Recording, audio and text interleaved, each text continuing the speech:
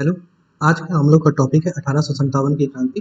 तो 1857 की क्रांति क्या है, इस चीज़ के बारे में हम लोग यहाँ पर समझने का कोशिश करते हैं यहाँ पर, और उसके पहले के क्या घटनाक्रम थे, उसने किस तरह से करके 1857 की क्रांति को इफेक्ट किया, इस सभी चीज़ों को हम लोग यहाँ पर जानने का आज प्रयास करेंगे।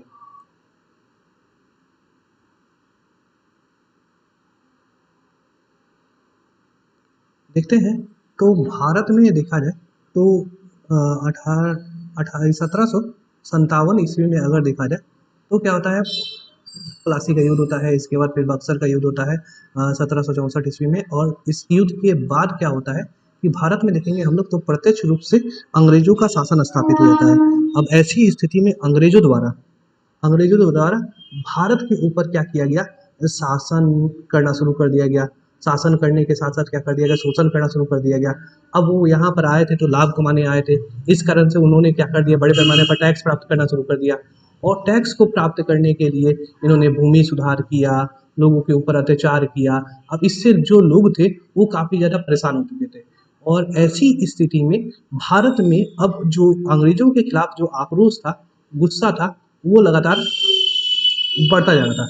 और इस बढ़ते गुस्से के तहत में छोटी मोटी क्रांतियां हो रही थी, जिसमें अगर देखेंगे फकीर विद्रोह, सन्यासी विद्रोह जैसे कुछ छोटे मोटे विद्रोह हो रहे थे, और लेकिन उनका व्यापक प्रभाव नहीं पड़ रहा था। और ऐसी स्थिति में क्या देखते हैं हम लोग 1831 ईस्वी में छोटा नागपुर के पठारी क्षेत्र पर क्या होता है, कोल विद्रोह होता है। और इस कोल विद्रोह जो था वो अंग्रेजों के खिलाफ देखा जाए तो पहला बड़ा एवं व्यापक विद्रोह था। ठीक है। और इसके बाद से क्या हुआ, भारत में स्वदेशी भावना का उदय हुआ, और उदय के साथ ही भारत में देखेंगे तो फिर एक क्रांतियों का एक नया सिलसिला चल पड़ा, या विद्रोह का एक नया सिलसिला चल पड़ा। इसी क्रम में देखेंगे तो हम लोग देखते हैं तो पहला आता है हम लोग का 1857 की क्रांति। 1857 की क्रांति के बारे में हम लोग यहाँ पर समझने का प्रयास करते हैं। तो भारत में जब अंग्रेज आए तो उन्होंने क्या किया कि भारत में शुरुआत में तो व्यापार करना शुरू किया। अब जब व्यापार कर रहे थे तो इस दौरान व्यापार करने का अधिकार किसको मिला, तो ब्रिटिश ईस्ट इंडिया कंपनी को मिला। अब ब्रिटिश ईस्ट इंडिया कंपनी के यहाँ पर व्यापार करती थी। धीरे धीरे आकर भारत में वो ब्रिटिश क्राउन के बदले भारत में क्या करने लगी, वो शासन करने लगी। अब जब शासन करने लगी तो इसमें लोग जो थे काफी ज्यादा परेशान हो गए। और ऐसी स्थिति में लोगों द्वारा क्या किया गया, एक साथ संगठित होकर एक साथ 10 मई 1857 ईस्वी को क्या किया गया कि मेरठ के, दिल्ली के पास में देखा जाए, दिल्ली से लगभग 64 किलोमीटर या 40 मील दूर क्या होता है, उत्तर पश्चिम क्षेत्र में, ठीक है, मेरठ नामक जगह है। अब मेरठ में देखेंगे अगर हम लोग देखते हैं तो क्या होता है, गैरिसन नामक शहर देखने को मिलता था। इस गैरिसन नामक शहर में क्या होता है कि जो भारतीय सिपाही थे जो ब्रिटिश सेना की तरफ से युद्ध लड़ रहे थे, वो क्या होते हैं यहाँ पर सैनिक के रूप में काम कर रहे थे, वो लोग क्या होते हैं यहाँ पर परेड ग्राउंड में विद्रोह करना शुरू कर देते हैं। जिसमें देखा गया कि लगभग 200 सैनिक उस समय परेड में आए थे, और 200 सैनिकों में से 195 सैनिकों द्वारा, ठीक है, 195 सैनिकों द्वारा एक साथ परेड करने से इनकार कर दिया। और इसके साथ ही 10 मई 1857 ईस्वी को क्या होता है कि विद्रोह की शुरुआत हो जाती है।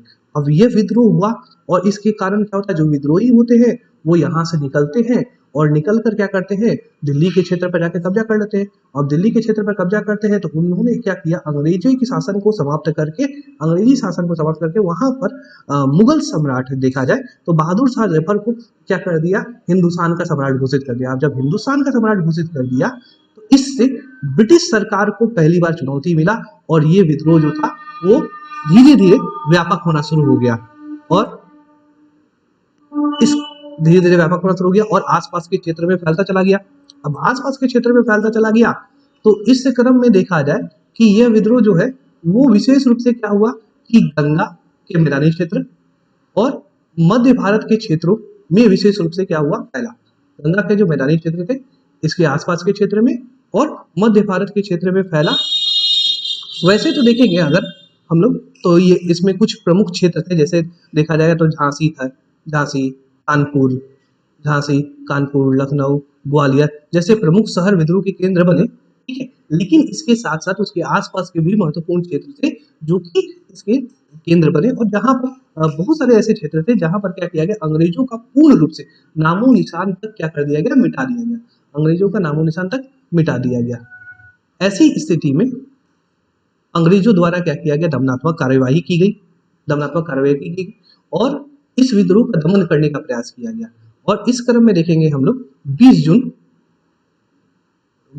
को 1958 को क्या होता है कि ग्वालियर का जो क्षेत्र था, ठीक है, इस क्षेत्र में क्या होता है, विद्रोहियों द्वारा क्या कर दिया जाता है, आत्मसमर्पण कर दिया जाता है और इसके साथ ही इस विद्रोह का भी क्या हो जाता है, अंत हो जाता है। ठीक है, लेकिन अब ये विद्रोह जो अंत हो गया तो इसका एक बड़ा कारण जो था वो ये था कि इसका भौगोलिक विस्तार बहुत अधिक नहीं हो पाया था।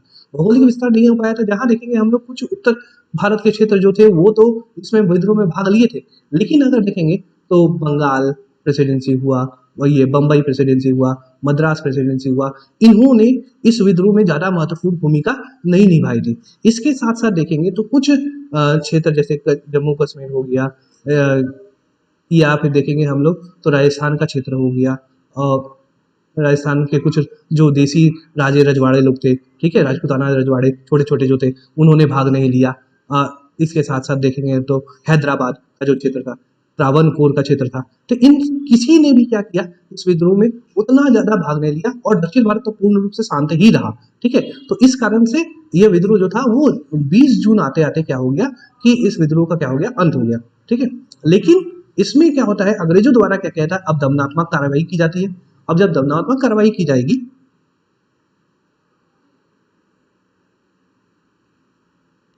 दमनात्मक कार्यवाही की जाएगी तो इसमें क्या होगा कि बहुत सारे लोगों की मृत्यु होगी, जिसमें हम लोग देखते हैं कि लगभग देखेंगे तो भारत द्वारा जो विद्रोह किया गया, भारतीय लोगों द्वारा जो विद्रोह किया गया, उसमें 6000 ब्रिटिश मारे गए, 6000 ब्रिटिश मारे गए, जिसमें से कुछ लोग जो थे वो भारतीय नागरिक थे, कुछ लोग जो थे वो भारतीय, कुछ लोग जो थे वो ब्रिटिश नागरिक थे, सॉरी ब्रिटिश नागरिक थे, और जो कुछ लोग जो थे वो ब्रिटिश अधिकारी थे, जो कि निचले स्तर के या कुछ उच्च अधिकारी भी थे।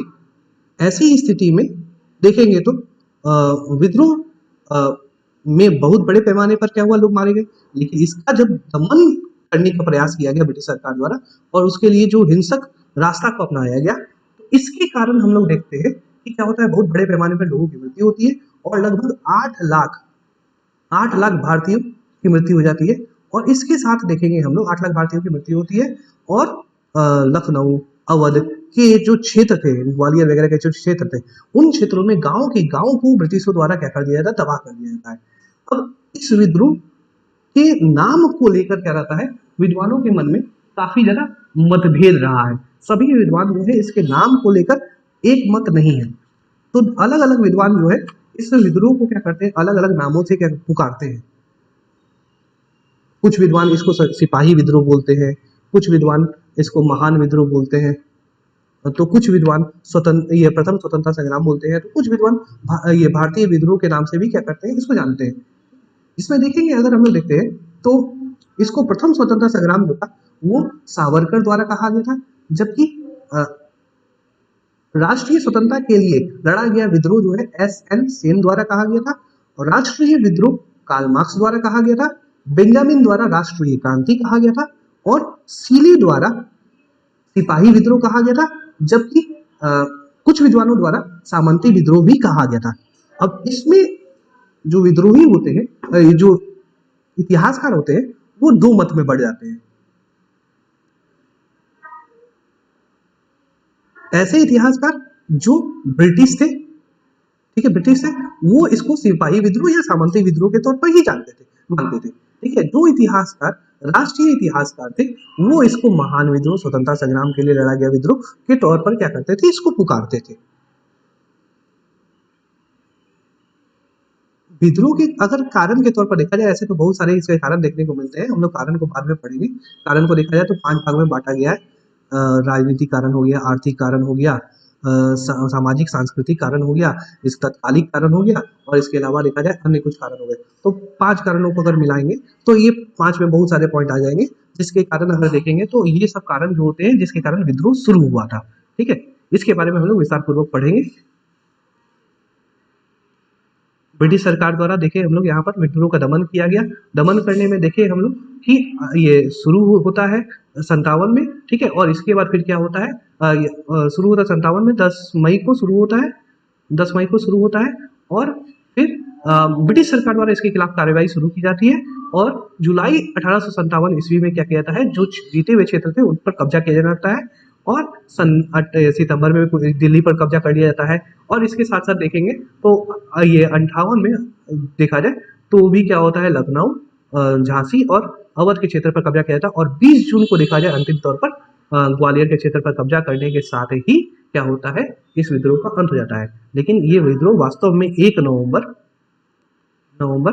1858, ठीक है, 1858 को क्या हुआ था, इसका अंत हुआ था, 1858 को अंत हुआ था। और इसमें ब्रिटिश सरकार द्वारा क्या किया गया, सभी विद्रोहियों को पकड़ा गया, सभी विद्रोहियों को पकड़ा गया, और जो विद्रोही अंग्रेजों की हत्या में शामिल नहीं थे उनको क्या कर दिया कि 1 नवंबर 1858 ईस्वी को छोड़ दिया गया, और जो अंग्रेजों की हत्या में शामिल थे उनको क्या किया गया, सजा दी गई। इसमें वही विद्रोह का परिणाम था जिसमें कि ब्रिटिश 6000 लगभग मारे जाते हैं, और इसमें क्या होता है, 8 लाख जो है भारतीय जनसंख्या क्या होता है, मारी जाती है, और जिसमें कुछ डायरेक्ट मारी जाती है, विद्रोह के कारण मारी जाती है, कुछ उसके अकाल और उसके बाद हुई महामारियों के कारण भी मारी जाती है, महामारियों के कारण भी मारी जाती है। और इस तरह से देखेंगे तो ये विद्रोह जो था वो लगभग 1 वर्ष 6 माह तक चला था, 1 वर्ष और 6 माह तक चला था, और इस दौरान भयंकर हत्या हुई थी और मारकाट हुए थे। लेकिन इस विद्रोह ने अंग्रेजों को यह एहसास दिला दिया कि क्रूरतापूर्वक शासन का भारतीय विरोध कर सकते हैं, और इसके साथ ही भारतीय लोगों में भी ये स्वदेशी भावना के उदय करने में क्या किया, महत्वपूर्ण भूमिका निभाई। तो इसके बाद का जो क्लास होगा उसमें हम लोग विशेष रूप से क्या करेंगे, इस विद्रोह के कारणों के बारे में हम लोग क्या करेंगे, पढ़ेंगे, समझेंगे, और जो क्षेत्र विशेष में जहाँ जहाँ क्रांति हुई थी, विद्रोह हुए थे, वहां पर कैसे कैसे कब्जा किया गया, क्या किया गया, आगे के घटनाक्रमों को हम लोग समझने का प्रयास करेंगे।